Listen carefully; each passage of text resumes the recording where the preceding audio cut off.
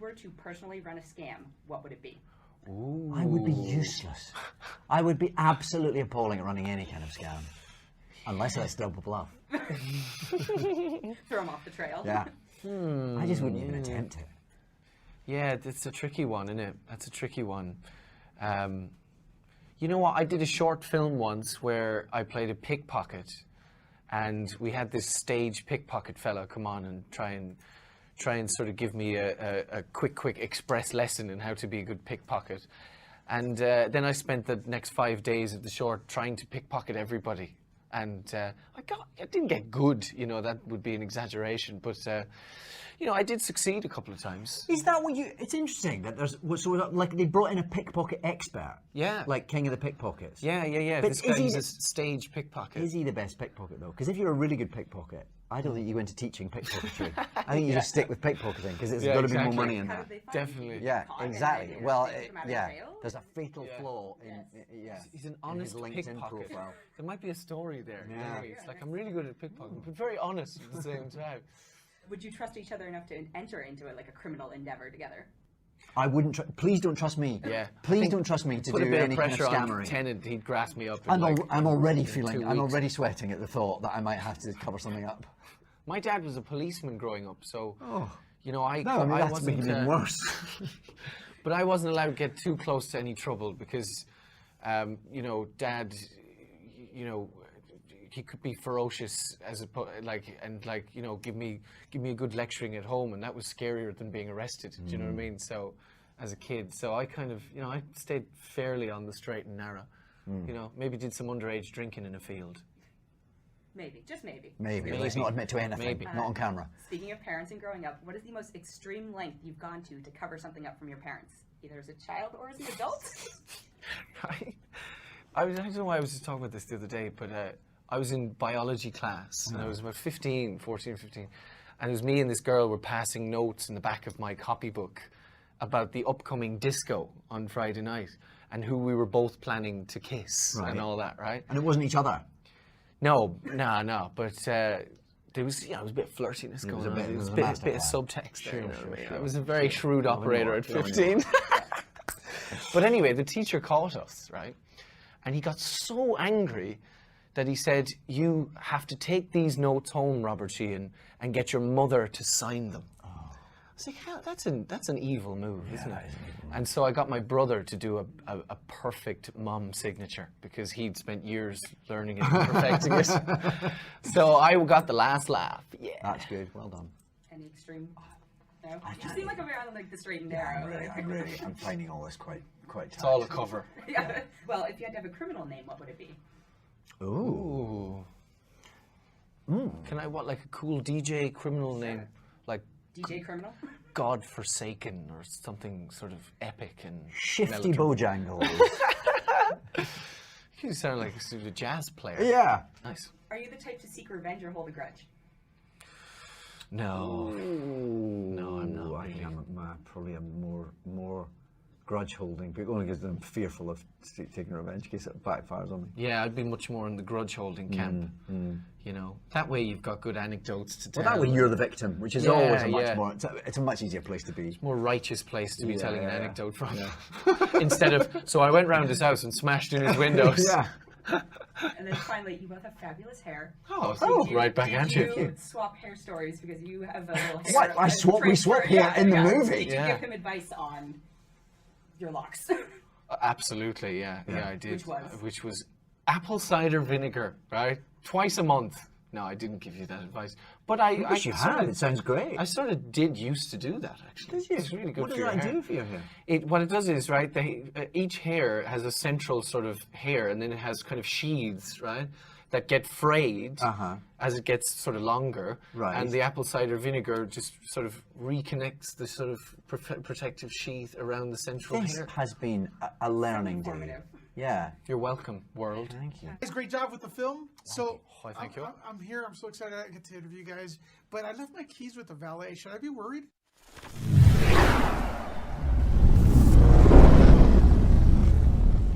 Oh, well, I mean, there's... How rude were you on a scale of 1 to 10? After this film, I was very nice. Quite. I think we've done a service to valleys everywhere that everyone's going to be really nice to them from now on. Was it that nuclear nice though, or did you really mean it from your heart? Oh no, I'm not a good actor like you guys. So I would tip up front. I'd say that's Yeah. if this film teaches you anything, it's tip up front. Yeah, no promises. man, I gotta say, you're acting in this. Your character. Oh my God, I wanted to go and punch him on the screen. How do you prepare for it? You just try and make sense of how a man like that lives his life and why he does what he does, and try and get into that psychology, however twisted it might seem. You have to try and untwist it and make it plausible, I suppose. Yeah. And I understand you guys didn't have too much time together working and on the same set at the same time on the same set. Yeah. but Well, we're often around at the same time, but because of the way the story unfolds, the characters are kind of kept apart for a lot of it, aren't they? I think the technological aspect of the film means that Cale can really mess with my character remotely, and so is sort of the whole cat and mouse game is played somewhat in sort of two different positions, but we did have some good stuff, as the film reaches its kind of ultimate finale, The final act, we finally get to spar with each other. Yeah. And it was interesting because I think by that point there's sort of an oddly perverse mutual respect that kind of is kind of, I mean, maybe not respect, it might not be the right word, but I feel like the two characters sort of know each other quite intimately, He sort of, I think Cale recognises something in Sean. They're very different. They have very different backgrounds, but it's the sort of the problem solving, the kind of resourcefulness. I think Cale is at first rather taken aback that Sean is as difficult to quash as he is, and then he's rather intrigued by that and rather he finds him sort of curiously attractive, I think. You know what? That's what I'm going for, by the way, Lewis. Curiously attractive. You do that. So, what do you think, ladies? But I've heard this thing that psychopaths, when they're young, you hear this thing about they killing animals and things. But I read in this book, the psychopath test, that John Ronson book, that it's not that they're wanting to kill for just the joy of killing. It's because they've seen emotions in other people, and they're trying to inspire the same emotion in themselves, and they're sort of learning the fact that they don't have them, like compassion and perhaps sadness, and so it's like killing animals to try to see if they feel anything. You know what I mean? And I kind of feel like the rules that David and Dean and Brandon wrote for Cale they're so truthful. You know what I mean? That the character just comes across as you kind of completely understand almost why he's doing all this mad shit. I think monsters aren't scary unless they're plausible on some level. So you've got to try and find what that reality is, even if he does seem quite an extreme individual. One thing that was different for my movie-going experience watching this film was also Portland. Can you talk a little bit about that, the sets and filming there? It's oddly a kind of it's kind of strangely a love letter to Portland. This film, isn't it? And greater Oregon, because the locations are so beautiful, and even the opening shot of the film is this beautiful shot that sort of sings along the river and sort of goes over that iconic Portland sign. And it's a great city. I loved being there. Yeah, it's a cool place. It's got a really nice vibe about it. There's a sort of slightly hipstery vibe. Yeah. It's kind of chilled. It's all the potheads, you see. It's like just laying around doing nothing. It felt like a happy place, an inclusive place. Yeah. Last question, what's the moral of the story? Oh God, serious question. The moral of the story. Moral of the story. I suppose it's thrilling because it compels the audience member to ask exactly what do you think you would do in this scenario. So I think it's hard to know if there is a moral of the story, but I suppose it's that it's examining your own reactions to those moments of extremis, I think, and maybe seeing how Sean deals with it and wondering if that's how you would deal with it, whether that's the right thing to do. Yeah. Awesome film, a lot of drama, a lot of suspense, and scary too at the same time. Thank you. Twist and Lewis. turns. Cheers, man. Congratulations. First of all, congratulations Thank you. on this film. It felt like a late 90s movie to me, something that I feel is missing from today's cinema. Yeah. What was it about this movie that spoke to you guys to want to do it?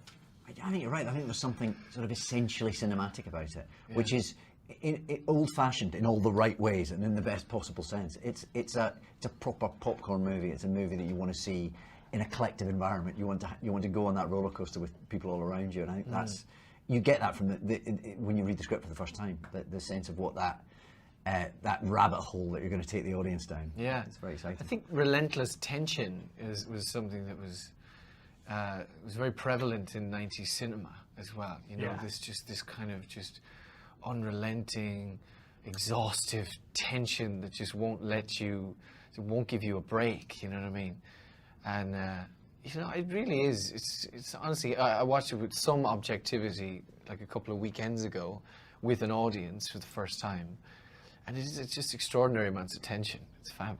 Yeah. It's like when that T-Rex is coming up on the back of that car. You know what I mean? Jurassic Park. Yeah, it's interesting. The first like 20 minutes of the movie, you're kind of like, okay, where is this going? Where is this going?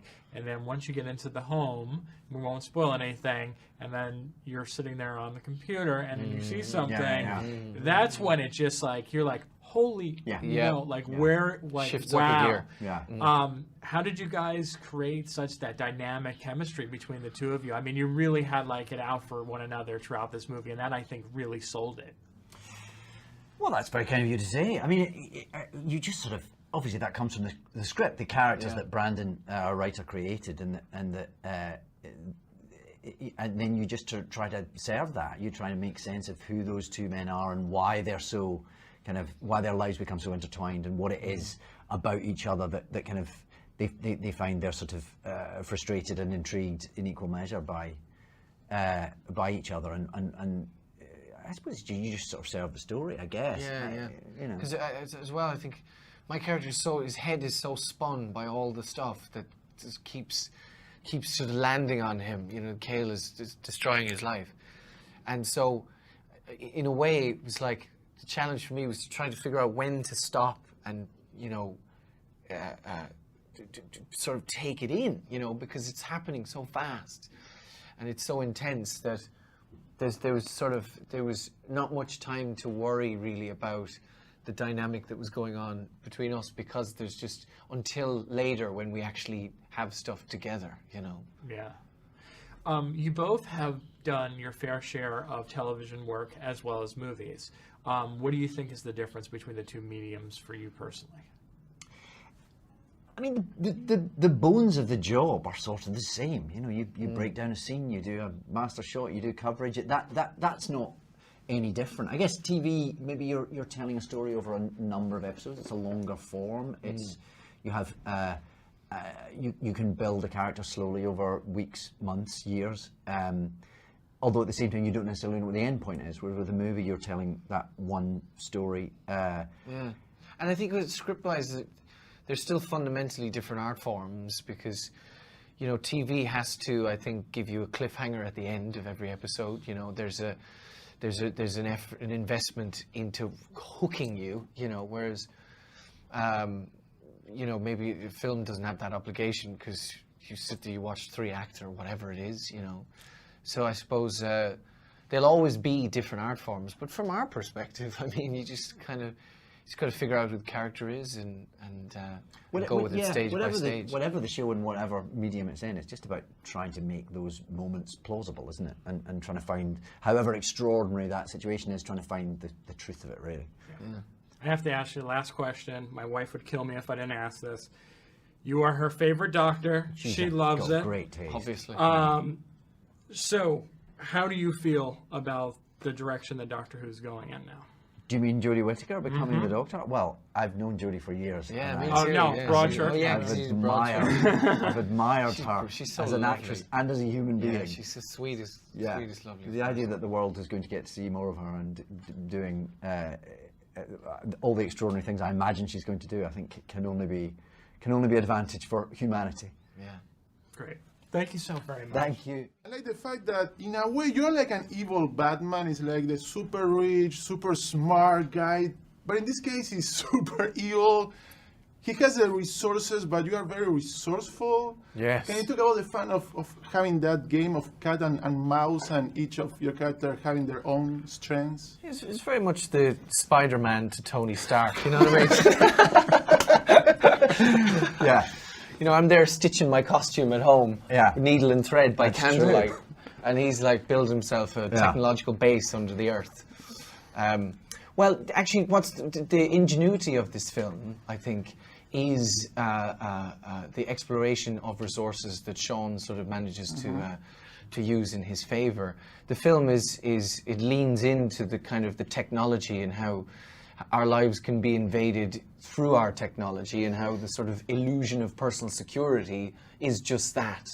And Cale is a character who can take full advantage of that stuff. But also, I think Sean I think his brain sort of kind of starts to work in that way when he sees how Cale is systematically destroying his life, you know. So he becomes very resourceful. And you, it's interesting because as an actor you have played a huge spectrum of different kind of people, and you have played characters that are horrible, especially towards women, but at the same time you have played characters like, for example, in Broadchurch, season 3, that is amazing. I love Broadchurch. I That, binged that whole thing, by the way. that's Till amazing. dawn, That's the incredible. first season. So my question for you, do these characters have allowed you to get kind of a different insight into the male ugliness that maybe you didn't quite had before? I think that's one of the joys of acting, is that you get to walk in a variety of shoes, and you get to try and make sense of psychologies that you might not necessarily identify with in everyday life, and that's that can be an education sometimes. It can be just trying to empathize with people who are very different from yourself. It's part of the joy of the job. It's part of what intrigues me about it, and it's also the challenge of it, I suppose. And yes, there's not a lot of the way Cale goes about his life that I can identify with, but then of course there's something fascinating about that. In a safe environment, you can experiment with what it might be like to have no guilt, to have no remorse, to have no need or requirement for redemption. Those are interesting shoes to walk in for a while. Is there a way for you to rank your villains, like the top 3? Is this guy has to be in the top 3 worst? Oh, he's a monster, without a doubt. Despicable people, right? Yeah, he's an absolute monster. But of course, he doesn't believe himself to be anything other than going through life doing what's right and correct and necessary. And that's the bit you've got to try and key into, I suppose, because otherwise it's just a pantomime villain. You've got to try and find why this person believes the things they're doing are legitimate. And trying to correct the universe and have everything in its place. Quite. Is that the opposite of acting? Is acting necessarily messy? Ooh, that's very interesting. Yeah, absolutely it is. Absolutely it is. I think it has to be. You know, you reminded me, I was listening to Daniel Day-Lewis talking about acting, and he was, what's really palpable when listening to him is the compassion that he feels for his characters. And he often plays monsters, you know, killers, but he offers them great compassion, you know, and spends so much time with them that you know, he's always discovering things. And, you know, I learned a lot from that the more time you spend with a character, I suppose the less messy it gets, because you learn more and you don't feel like you're out there flailing at all, you know. Awesome. Thank you so much for your time, guys. Thank you. Cheers. Tell us this great gig that that your character has. What are he and his pal, what are they up to? The little scam. Yes. Well, my character and his partner are valets at this quite upmarket restaurant in Portland, and they have a little scam going on the side where each night they find someone who may be a little bit on the ruder side and has a nice car, and then they check their GPS and their registration, find out where they live, and if they live close enough, they go and use their car, go rob their house while they're eating dinner in the restaurant. And, you know, it sounds ingenious, but it really isn't that clever, you know. But it's a great setup for it's a great jump-off point for this thriller, you know what I mean? And then one night they robbed the wrong house. This guy's house.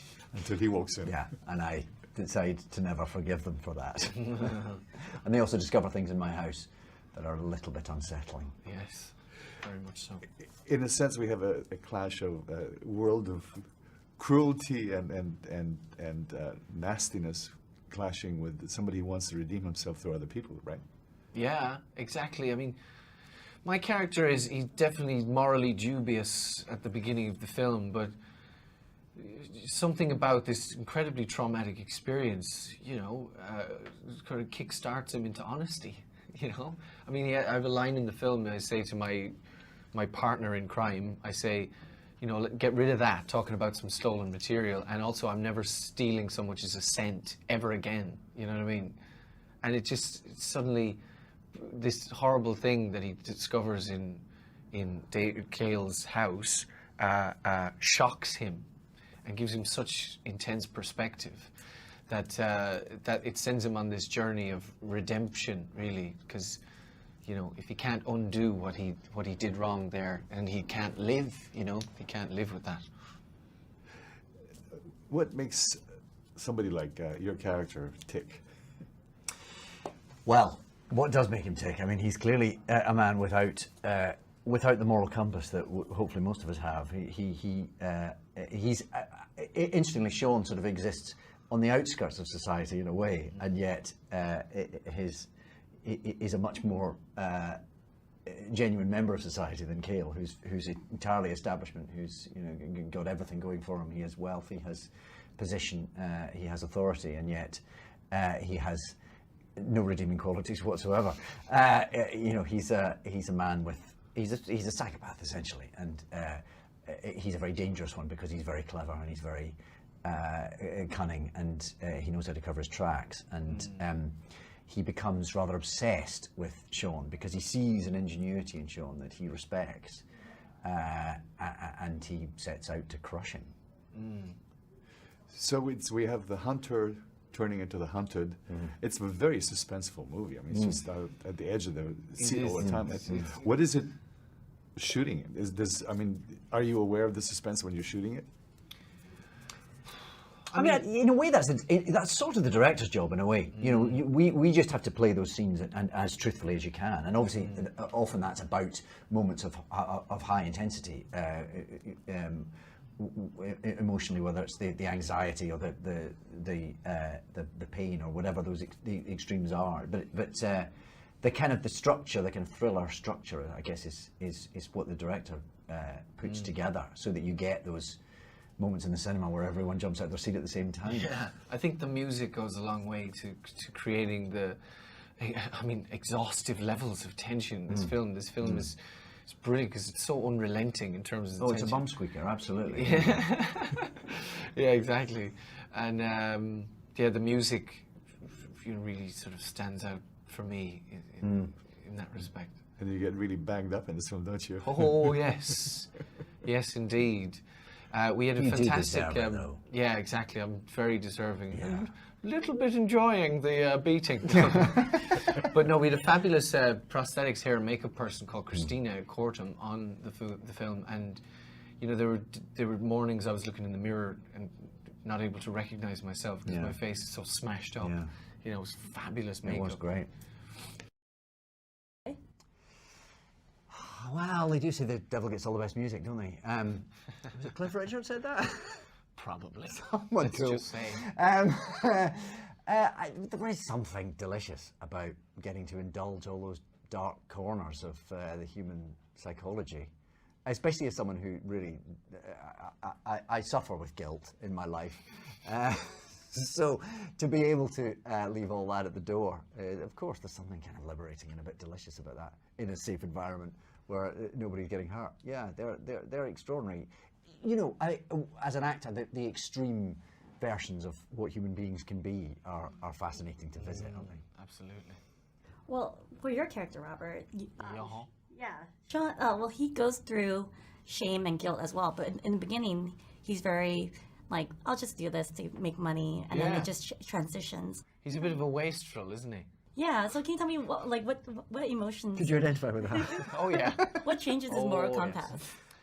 Well, what changes, I suppose it's not really a spoiler, it's sort of seen in the trailer, but what changes is him having to face up to the fact that he's in a key moment is fundamentally a coward in that moment, and sort of it just completely turns upside down his self-perception, and after that moment in the film, can't live with himself if that's who he is. So the whole rest of the journey is about having to rectify and sort of redeem himself, you know, for having been such a cowardly little weasel at the beginning.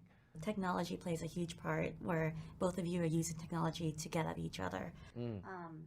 I know David's not on social media, but you are on social media.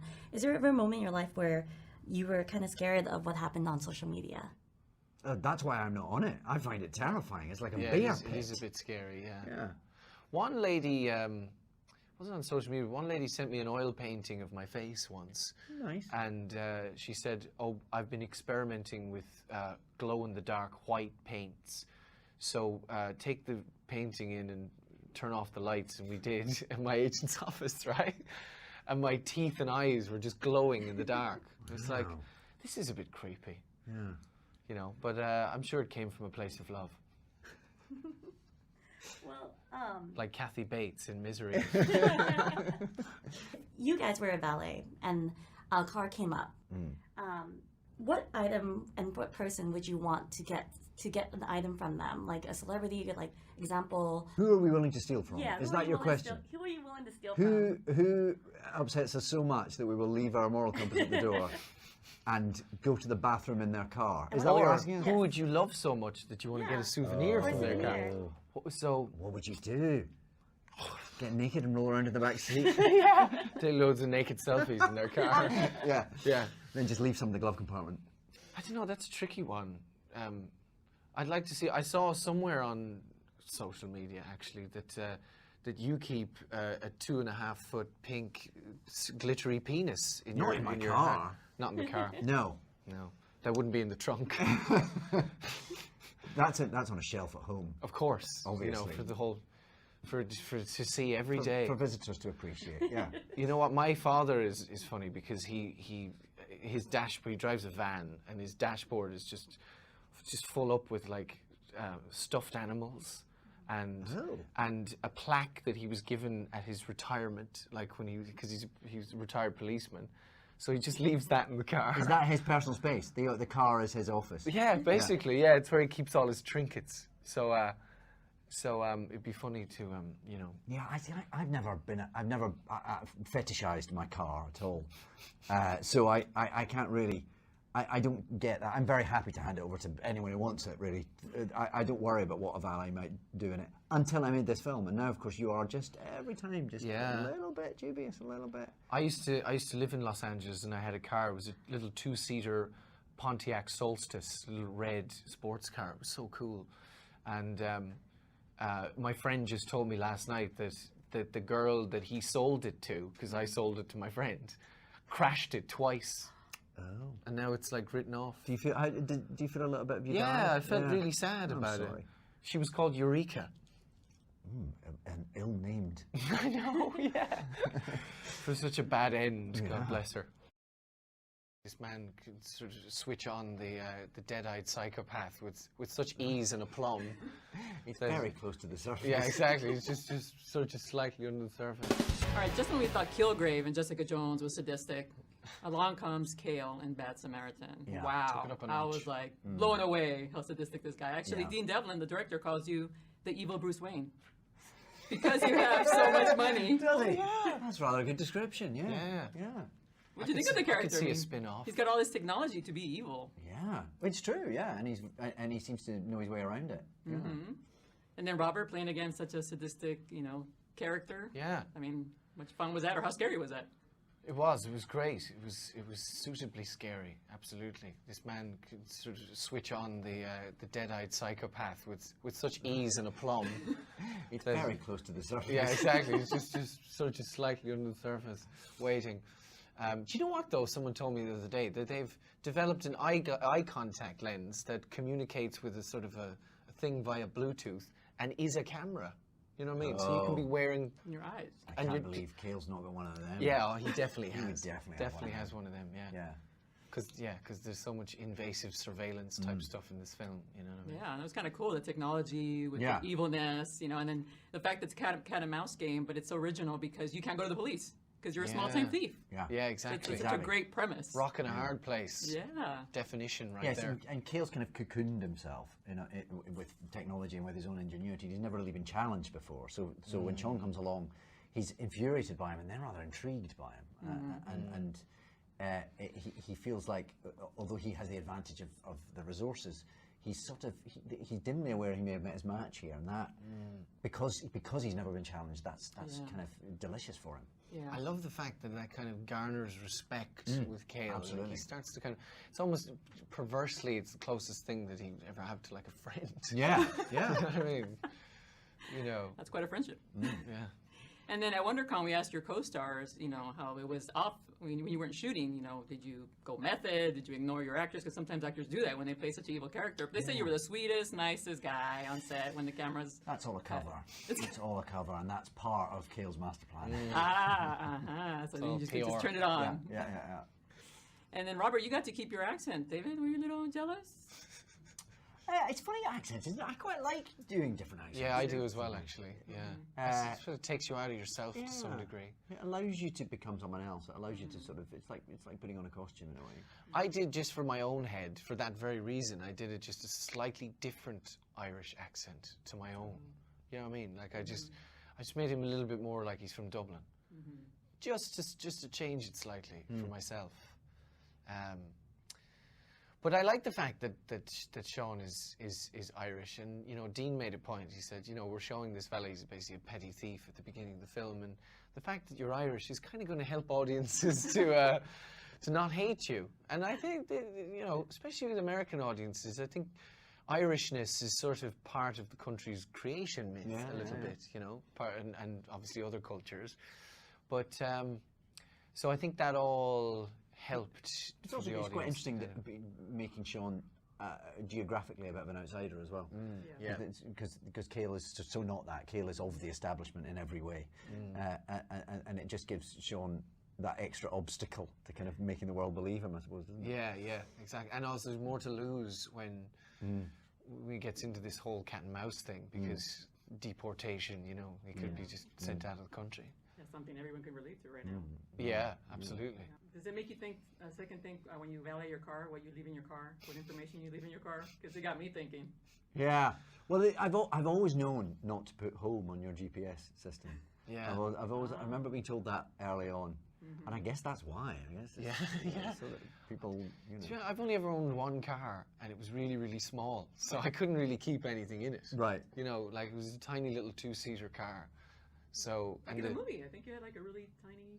Yeah, although that was a big clunky, that had a back seat and things, that ancient thing. That was so hard to drive, that car in the film. But so really, I just didn't have the space to leave any valuables in my car. I guess never have a posh car as well. Would be one of the morals of this piece. And I never have had. I've always had sort of functional cars. Yeah, Toyota Camry. Yeah. Priuses. Yeah. Yep. Okay, well, thank you so much. Thank Great you. thriller. Valet or self-park? Self-park. Valet. No. Really? I You feel want guilty. self-park? I feel guilty.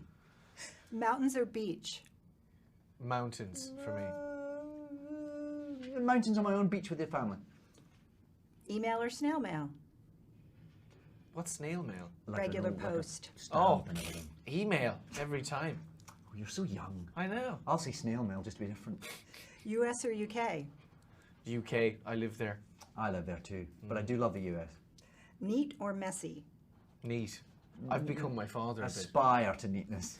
My father spends more time with the fireplace than he does with the rest of the family. Sorry, Dad, but it's true, okay? I think I aspire to neatness. I live in messy. Villain or hero? How can you be so binary about these things? Who is a villain and who is a hero? I'm just gonna go with villain. Oh, yeah. Dogs or cats? Dogs for me. Dogs, yeah. Hamburgers or tacos? Hamburger. Hamburger, yeah. Although I love a taco. I do like a good taco. There's a really good taco place in Toronto, actually. It's right near my house. Yeah. If you give them a mention, you might get some free tacos. Grand Electric Tacos There you on go. Queen Street West. Game of Thrones or The Walking Dead? Walking Dead. Game of Thrones for me. Yeah. Fine dining or takeout? Takeout for me. Can I take out from a fine dining restaurant? Yes. Of course you can. Comedy or horror? Comedy for me. I can't. These binary questions are doing my Yeah, head. they're tough. I'd like a comedy horror. A comedy horror? Yes. That's quite good. Favorite movie villain of all time? Oh my god. Wow. Favorite movie We need villain? weeks of advance notice for questions like this. Wesley Snipes in Demolition Man. Extraordinary answer. Yeah. Well done. I loved Wesley Snipes in Demolition Man. I watched that movie about 900 times when I was a kid. I'll go for Anthony Perkins in Psycho.